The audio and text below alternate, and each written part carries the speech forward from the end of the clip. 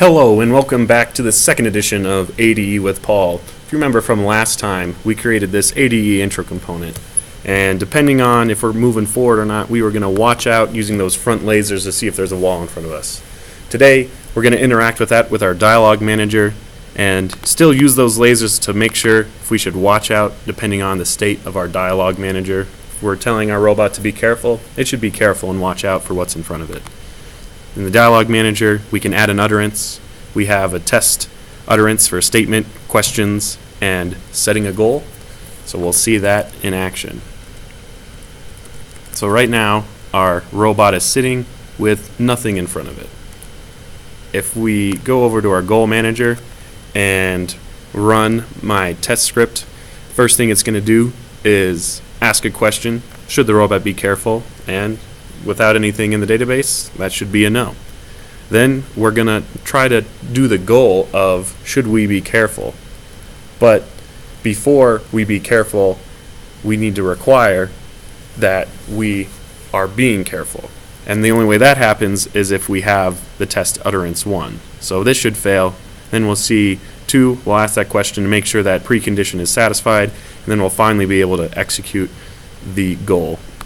So seeing this in action, we see that at first we ask the question, should the robot be careful? And no. We output no because the robot hasn't been told to be careful yet. Then we try to be careful, but because we should not be careful yet, since we haven't been told should we be careful, that is going to fail since we're not meeting that precondition. Then we're going to add in the state that we should be careful. Asking the question first, should we be careful, returns a yes. So now we should be careful. Since we should be careful now, when we go and try to accomplish the goal of being careful, we are able to successfully complete that goal. We're going to complete that back with our ADE component, and it's being careful. And we see that there is no object in front of us, but better be safe than sorry.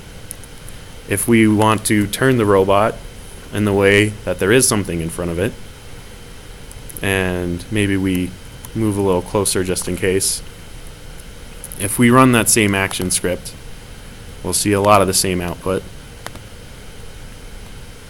But in the end, we see that there is an object in front of it. So it was a good thing that we're being careful.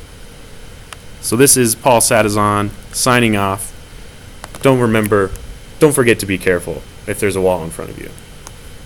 Thanks for watching.